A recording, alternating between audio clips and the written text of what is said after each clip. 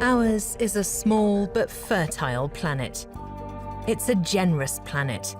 It's always given us what we need to survive and grow. Today, there are nearly 8 billion people in the world, and we still dream of abundance.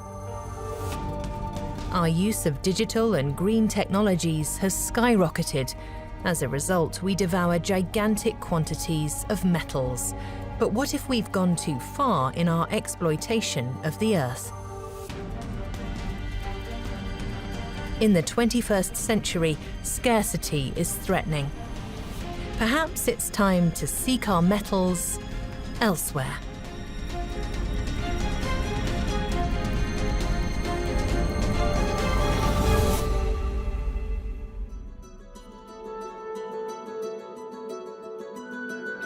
We are the first generation that can look at the planets and can look at the stars and say, we can go there, we can do that.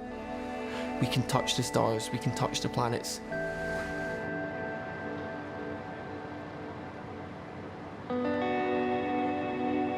Mitch Hunter-Scullion is just 23 years old. After excelling in his studies of international trade, he founded the Asteroid Mining Corporation in the British city of Liverpool. It's far from being a multinational corporation. He has a few colleagues across Europe. They only rent office space when they need it. What Mitch Hunter-Scullion is selling is an idea. We are on a planet which is 36,000 kilometres in diameter, and we are in a position whereby those resources with a growing population are rapidly depleting. The inner solar system can provide all the resources that our society needs to grow exponentially for at least 100 years. Yeah, so there are you can find almost every resource you can find on Earth on an asteroid, just in varying quantities. To give you some approximate figures, all the mines on Earth currently mine 200 tons of platinum. On a single 1 kilometre diameter asteroid of a metallic composition, we can reasonably expect to find at least 100,000 tonnes of platinum per asteroid. So you're in a position where one asteroid can provide more platinum and gold than every mine in human history combined. Deep Space Industries. Mitch Hunter-Scullion isn't the first to bet on the idea of space resources. Nearly a decade ago, Deep Space Industries and Planetary Resources appeared on the scene to great PR fanfare. Ladies and gentlemen, Dr. Peter Diamandis. Seattle, April 2012. The vision of Planetary Resources is to make the resources of space available to humanity both in space and here on Earth. The Earth is feeling a resource pinch. And ultimately, we have the ability to turn that which is scarce into abundant. And so now is the time that we need it most. Both US companies were created thanks to major private funding. Eric Anderson. We also have been fortunate enough to include in our company two of the key people at Google. So we have Larry Page from Google, Eric Schmidt from Google. This is smart money investing in one of the largest commercial opportunities ever, going to space to gain resources for the benefit of humanity. These new players flaunted their finances and their ambitions, and that was enough to get the blogosphere excited about their potential.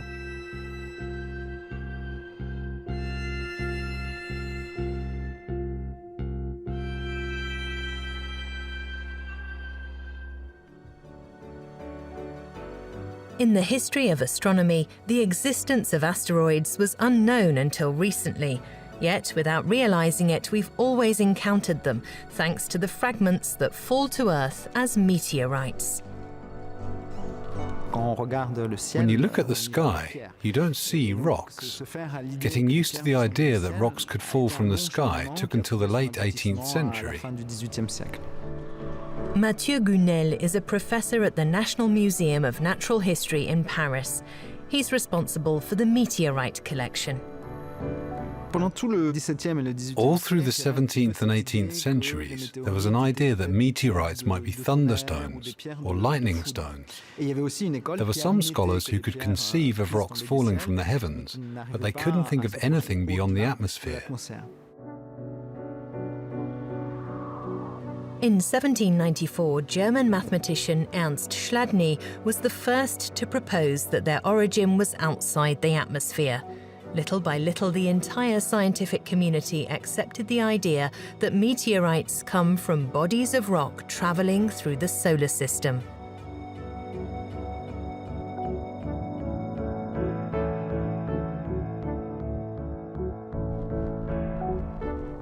In 1801, Italian astronomer Giuseppe Piazzi mapped the stars. On January 24th, he detected the shadow of a planet his calculations told him should exist between Mars and Jupiter.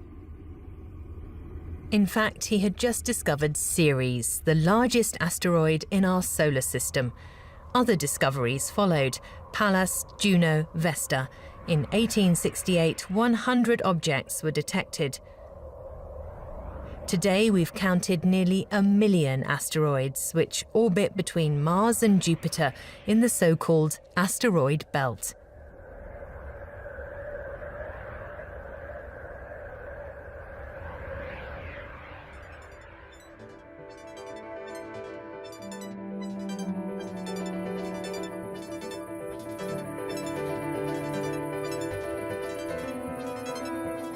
If I were Han Solo of Star Wars, I could cross the asteroid belt with my eyes closed. The asteroids are numerous, but small in an infinitely large space, so the probability of encountering one is still very low. Patrick Michel is an astrophysicist at the Nice Observatory. He's an asteroid specialist who's taken part in the largest solar system exploration missions of NASA and other big space agencies. In 2012, Planetary Resources asked him to join their team of top flight consultants. Asteroids contain resources similar to what's found on Earth because they're the remains of the building blocks which formed the Earth and other planets. In the beginning, 4.5 or 6 or 7 billion years ago, our solar system was a disk of gas and dust encircling the Sun. Then this dust began to come together into clumps, some of which ended up as planets. But part of this material never managed to form a planet and ended up between Mars and Jupiter in the asteroid belt. It is probably the case that nearby Jupiter, with its gravitational force, prevented these asteroids from gathering. In other words, every time these asteroids tried to unite, Jupiter's gravitation would disperse them again. Far from Jupiter's influence, billions of asteroids did manage to collect. Little by little, they formed the Earth. As it grew, its composition changed. All celestial bodies, asteroids and planets alike, are hot inside because of radioactive decay. When the temperature rises, they melt. And when a body made up of rock and metal melts, the denser metal tends to be found at the center of the body, while the rocks are found on the outside. When Earth was formed, iron pulled out all the elements which tend to bond with iron. Gold and platinum, for example. So all the precious elements went into the core. What remains in the mantle comes from impacts that took place after Earth formed. We call that late heavy bombardment. The abundance of rare metals we have in the mantle can only be explained by the collision of asteroids. When you wear a piece of jewelry, much of what you have comes from celestial matter, the asteroids. In that case, the riches of the Earth's crust are only a tiny fraction of what's in the asteroid belt. After studying the characteristics of meteorites that came from there, we can sort asteroids into 3 main types. S-type objects are mostly silicates, rich in rocky material, heat-resistant, and formed near the Sun. C-type are carbon-type asteroids, rich in water. They're formed beyond Jupiter, where water can condense. Then there's a kind that contains metallic objects, M-type, M for metal. These are also the rarest type. One of them is Psyche, a metallic mammoth more than 200 kilometers in diameter. It's a product of the solar system's intense phases of formation. Many planetary embryos have formed. But unlike Earth, these massive bodies with iron cores never reached a sufficient size to withstand collisions.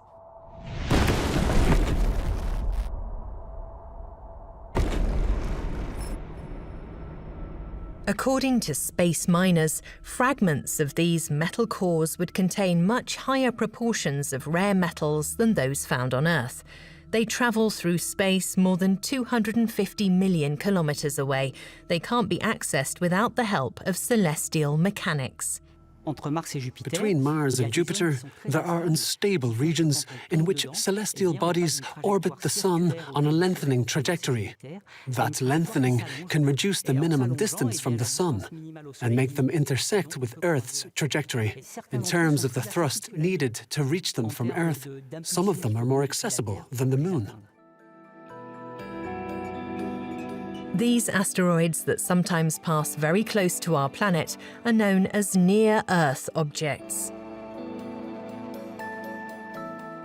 There are more than 20,000 of them, and they are the main targets of space miners.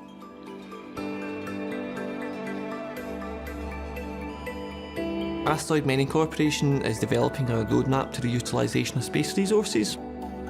We're looking to prospect, explore and extract materials from asteroids.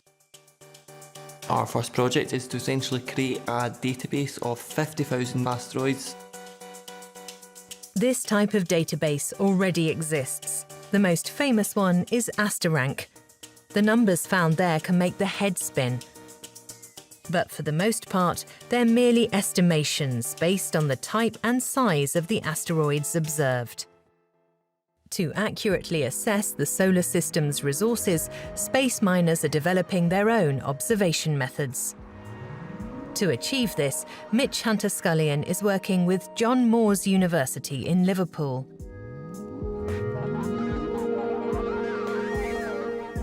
Professor Ian Steele is an astronomer who specialises in studying meteorites using spectroscopy.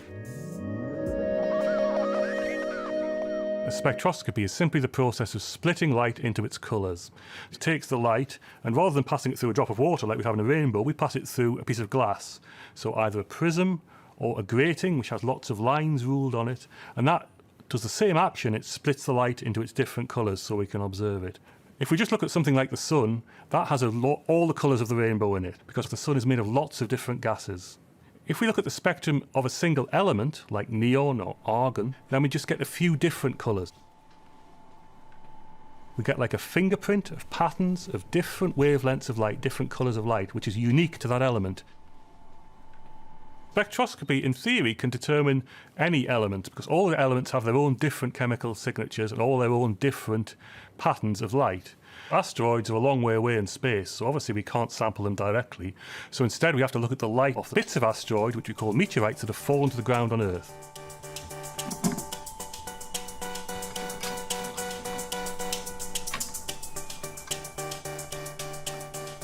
Professor Steele compares the light spectrum of the meteorites with that of the asteroids he observes from Earth and combines the two. He's then able to estimate the composition of each asteroid. But the observation process from Earth is not easy. The light from them is very faint. We need the biggest telescope to observe them to collect as much light as possible, and that makes it more precise, but it will still never be as good as we can record here on the laboratory on the Earth. Around the Earth, we obviously have no atmosphere around us, so there's nothing blocking the different wavelengths of light, so we can make a more fine discrimination between different types of asteroids. Because remember, what we're trying to do here is not necessarily just find asteroids that have iron in them, we want to find asteroids that have platinum group and rare earth metals. The signatures are much more subtle. So the challenge with the project we want to do with AMC is taking the spectrographs that we've built for telescopes on the Earth. So we operate a telescope out in La Palma, a big 2-metre telescope that weighs 20 tonnes and has a spectrograph on it that weighs 10 kilograms. What we've got to do is try and miniaturise that down into something that will fit in a CubeSat that's only the size of a cereal packet and must only weigh a few kilograms. I'm ready. I'm also ready. Wait a minute. Let me readjust GoPro. CubeSat is a new standard of miniature satellites based on 10 by 10 centimetre modules that can be assembled together. Their components are inexpensive. Another advantage is that their small size means they can be cheaply deployed. They can even be launched by hand. We're very fortunate to be millennials, where we live in a society where you can gain access to satellite technology at a very, very low cost, comparatively speaking, to the space missions that went before us. So, for example, our asteroid prospecting satellite 1 has a budget of €7.2 million, which is dramatically lower than any space industry would do. 4, 3, 2, 1, 0, +1, +2, +3, +4. In 2018, an Indian launcher put about 100 CubeSats into orbit. Among them was Arkid 6, the first prospecting satellite from Planetary Resources. It marked a milestone in the mapping of space resources. But it also had to turn its hyper-accurate sensors towards Earth, collecting conventional imaging data that could then be sold. An important way to make some quick money. Because, like all space mining firms, Planetary Resources had barely any income.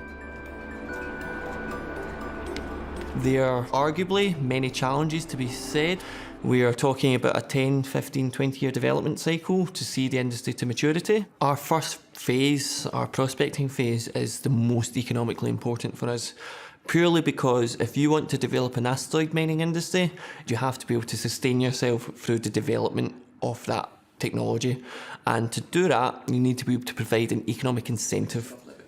Our business model is based upon the metallic asteroids, which compose about 4% of all total asteroids in the solar system. They're the ones which we are most interested in from an economic perspective. So they're the ones that we would restrict supply of to our own primary customer segment. And if customers wanted to gain access to those data points, they would have to pay a huge premium to gain access to that information. We are essentially creating a market for space resources on Earth currently. 3,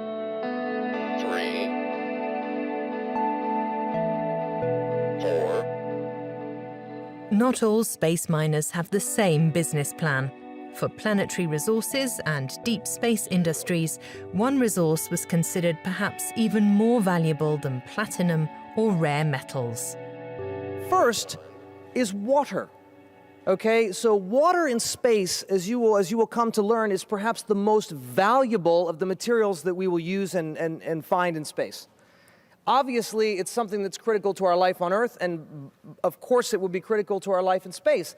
But what we also need to realize is that water and its constituent elements, hydrogen and oxygen, are the most efficient forms of rocket propellant. As if we're able to successfully deploy and mine for water, we're going to create a network of propellant depots, of gas stations that literally open up the roadways to the rest of the solar system. So it's going to drastically reduce the cost of deep space exploration.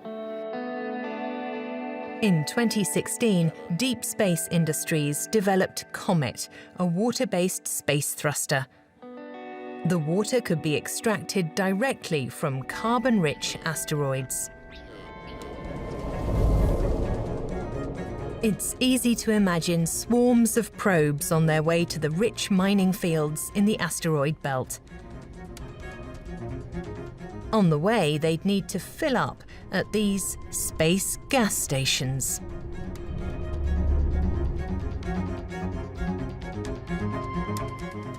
What's fascinating about new technologies is the promise of a new reality, even if it's still only virtual.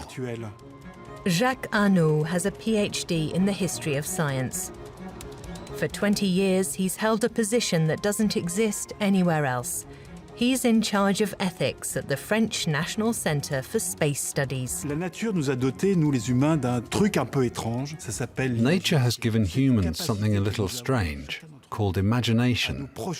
It's the capacity to project ourselves into another spatial or temporal place. And there's curiosity, which we share with other so-called higher animals. When you combine curiosity and imagination, You've explained a big part of our drive to explore. For tens of thousands of years, humans have crossed mountains and seas. We've flown through the air. Now we're traveling through space. As long as we want to remain human, we'll have to deal with this fascination. We'll also have to reckon with our ability to invent the things that allow us to go and explore beyond those mountains and seas.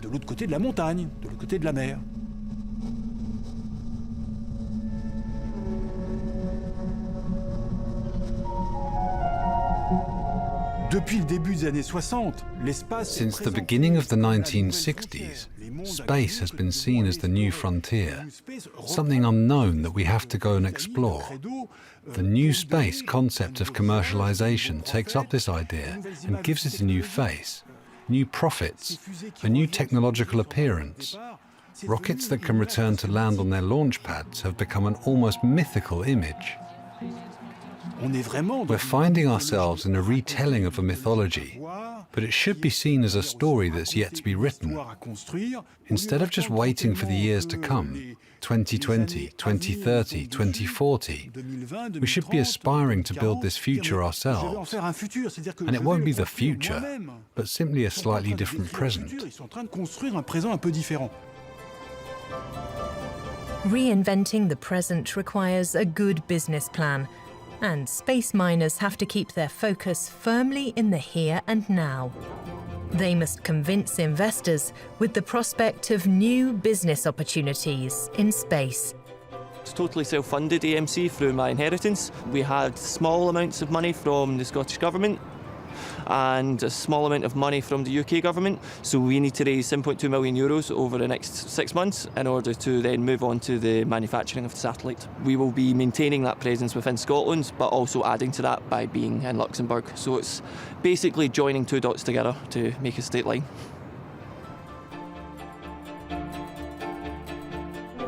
This is Luxembourg, a tiny nation where finance is big business. It's forever reinventing itself economically. Today, the country's betting on the resources of the future. It's no longer science fiction. We're rapidly nearing the day when we'll use the first space resources. Marc Serre is the first president of the newly created Luxembourg Space Agency. What we mean by space resources are the materials found on celestial bodies, like the Moon, asteroids, Mars, or other objects in the future. If a company wants to develop a new product or service, they can come to us. If their goals are in line with the way we want to develop the sector here in Luxembourg, that opens the door to possible support. The company's activities have to remain sustainable and serve the development of all humanity.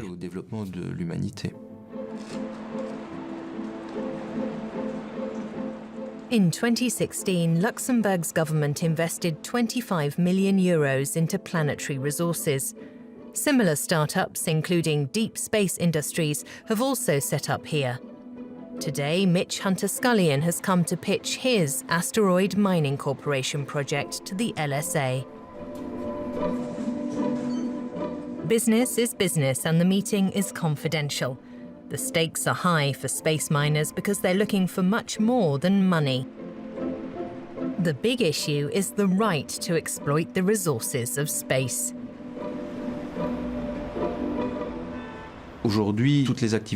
Today, all space activities are governed by international treaties.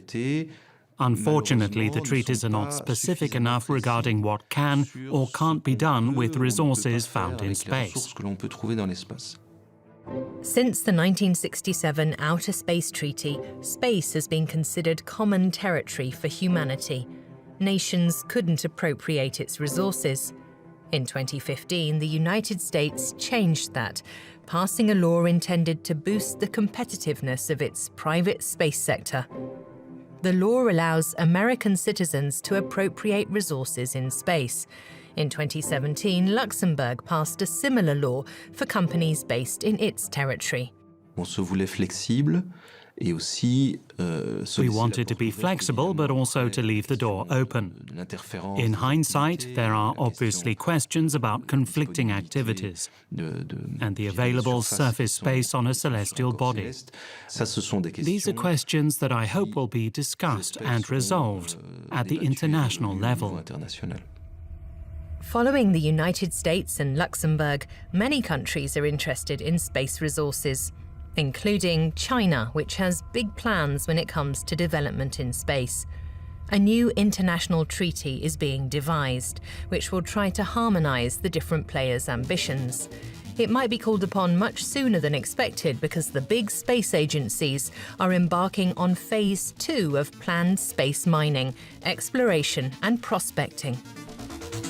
9, 8, 7, 6, 5, 4, 3, 2, 1. And liftoff of OSIRIS-REx, its 7-year mission to boldly go to the asteroid Bennu and back. We're currently living in an extraordinary era for asteroids because there are currently 2 space missions to reach asteroids. NASA's OSIRIS-REx mission and the Japanese agency JAXA's Hayabusa 2. Asteroids interest very diverse groups with very different goals. But right now, they all need to know the same things: what they are made of, how are they made up, and what's their internal structure. OSIRIS-REx is an acronym. One of the S's stands for security, one of the R's for resources. Because even if it's primarily a scientific mission, the information it brings back will of course help miners and those working in security. Just like Patrick Michel in Nice, scientists here in Meudon, in the south of Paris, are contributing to these 2 international missions. We must use all means to advance technology and science. Maria Antonella Barucci is an astrophysicist and planetologist. She studies the chemical and physical nature of objects in the solar system. Exploration of asteroids for what's being called mining is increasingly interesting. But before actually mining, it's necessary to understand the composition and the mineralogy of these objects. You have to go there, take samples, and bring them back to Earth. That's the process the space miners' probes will go through in their exploration phases. It's essential to have a navigation camera that will give us images and help us to calculate an initial model of the object.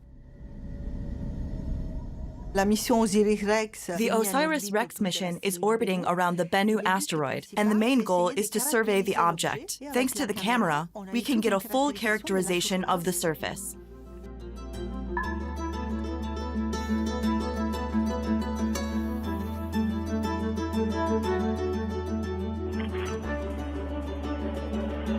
There are rocks, different textures, structures, craters.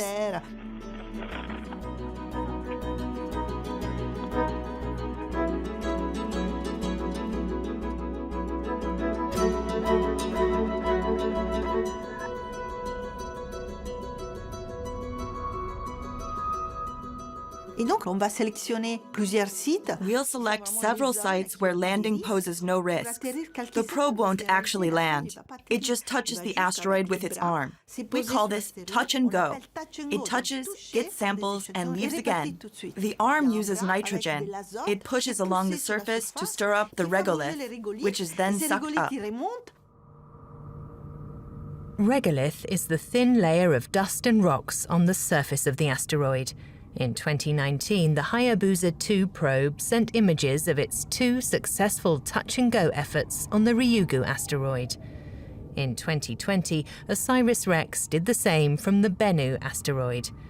When both probes are back on Earth in 2023, scientists hope to have just a few hundred grams of samples. These samples can be studied for years and years. More than 50% will be put aside, so future generations can study them with more advanced instruments.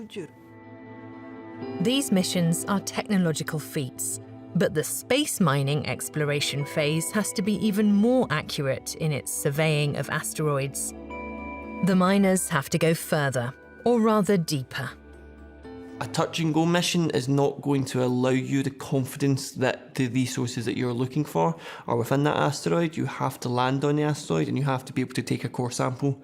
By being able to dig into the surface of an asteroid, it basically confirms to us that the material within the asteroid is the same material which is on the surface. And that essentially validates our entire business model, that it's economically viable to go and recover material from that asteroid.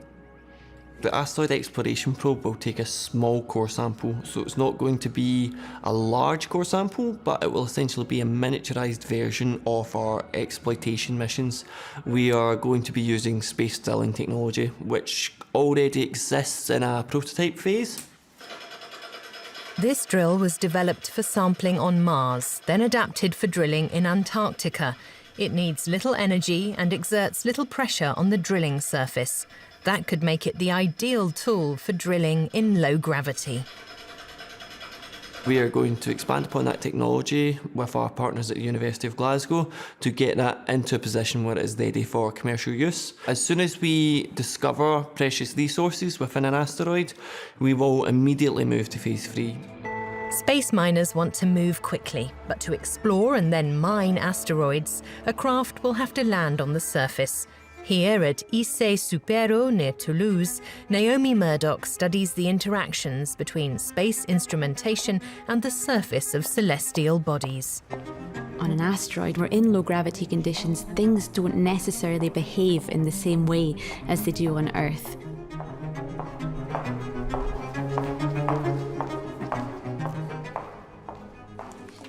Murdoch is a planetary science researcher. She's taken part in international missions like the InSight mission to Mars. She's also been a consultant for planetary resources. One of the challenges about interacting with asteroids is that the gravity is not necessarily constant across their surface. So what that means is there might be some regions of the asteroid where you're lighter and other regions where you would be heavier. On some asteroids, there's even the possibility that around the equator, because they're spinning very fast, the centrifugal force actually balances out the gravity.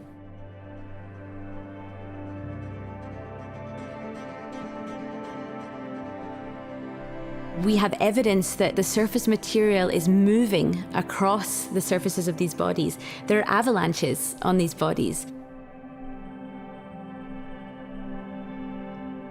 We're going to need to understand how a spacecraft will interact with the surface. So here at Issy-sur-Perrot, we've taken an existing drop tower that was used for crash tests, and we've rigged it up with a system of pulleys and counterweights. You have a box and you let it fall. Inside that box, we can have small amounts of gravity. So we take a projectile and we let it go.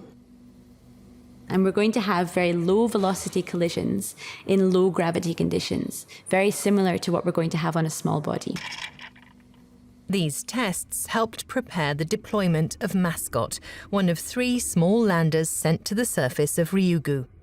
They weigh just a few kilograms and can rebound until they find a stable landing spot. But a mining probe would have to land in a specific location. So one of the ways that people have thought about landing and attaching to asteroids is to land on the asteroid and really to anchor into the surface.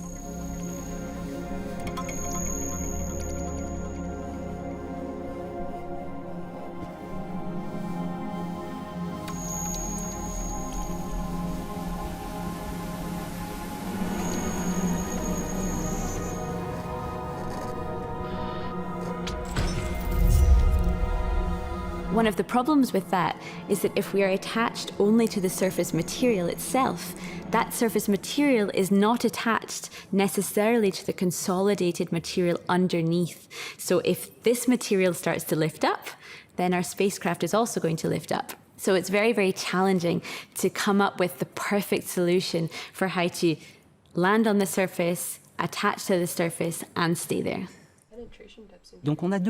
There are two choices. Either we wait until we know more about the asteroids and our hypotheses are more accurate, or we send a mission to the asteroid we want to mine to study and understand it. Then we go back later with the tools to mine it. The problem is that the asteroid revolves around the Sun. Just because it's accessible at a given point doesn't mean it will still be 6 months later.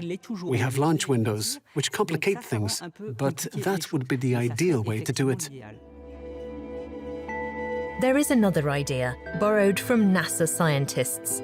Capture an asteroid and bring it back to Earth. That's extremely complicated. Small asteroids are generally just accumulations of material, like a heap of rocks that are collected only because of their gravitational attraction. Even if it's weak, it's enough to keep them together. They're known as rubble piles. If you want to capture one, you have to slow down its rotation, and they sometimes complete a revolution in less than a minute.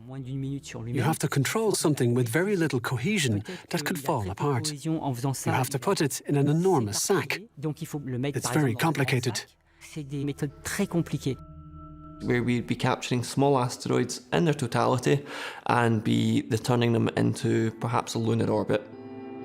The Moon, fortunately, is in a relatively fixed position compared to the Earth, so by putting an asteroid into a lunar orbit, you essentially create a moon of the Moon, which everybody's quite excited by, and it allows you to be 3 days travel time away from your asteroid mine.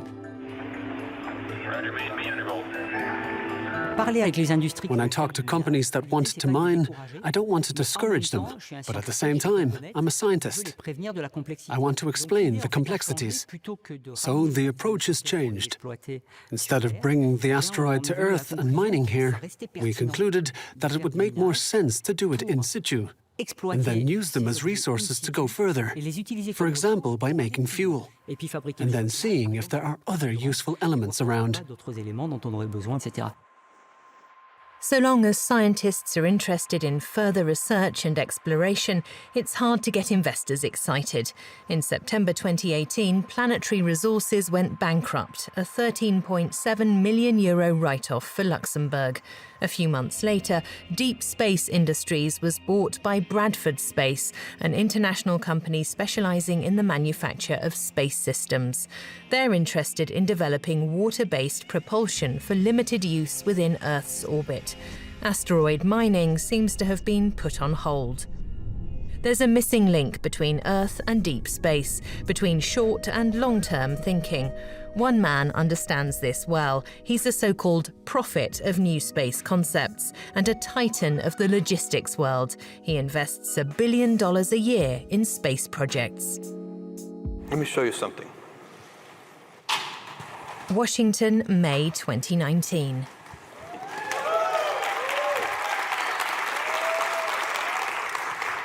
This is Blue Moon. We've been working on this lander for 3 years.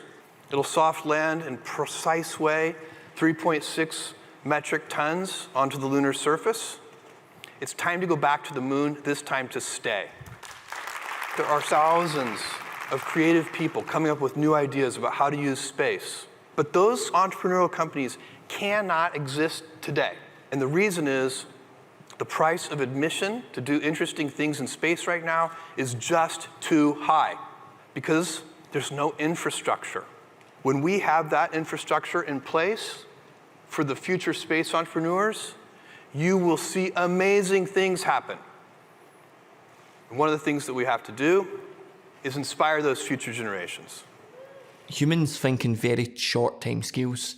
Humans think in terms of 10 years as being a long time, 50 years as being a lifetime, and 100 years as being inconceivable. But 100 years is not a long time. If you're talking about the history of an Earth, 100 years is a nanosecond. We can do great things in our lifetime. So when people say you're a dreamer, I would say they're short-sighted. According to our study, mining resources or water on the Moon would be possible in the next decade. All the other uses that we envisage will develop over the next 40 years or so. Asteroids aren't science fiction. we go there. We've got spacecraft there at the moment. Look at the NASA spacecraft to asteroid Bennu, JAXA spacecraft to Ryugu. They're there. What science fiction perhaps is being able to mine them effectively. But using these asteroids as a stepping stone for humanity to get further in the solar system seems like a good way forward. The future that I would like to see is a future where humanity is cooperating to exploit the resources of the solar system in a way that's sustainable and in a way that allows us to essentially continue to flourish scientifically as a human species, to explore the solar system. I have no illusions about it.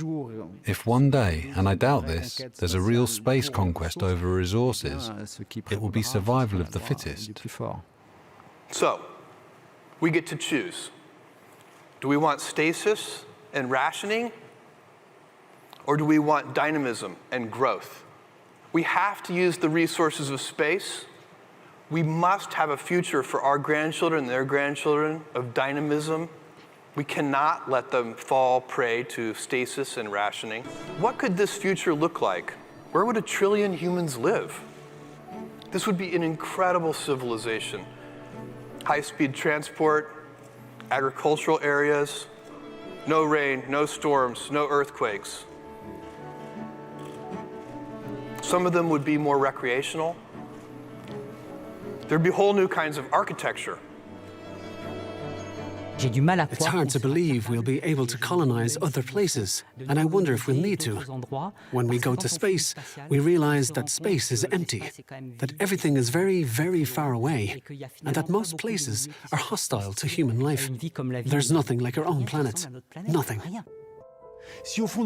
Ultimately, if we don't learn anything, or if we refuse to learn anything, then we're doomed to repeat the same mistakes. Yes, we'll have a little more, and we'll make a few more mistakes. We'll waste a bit more, we'll become more numerous.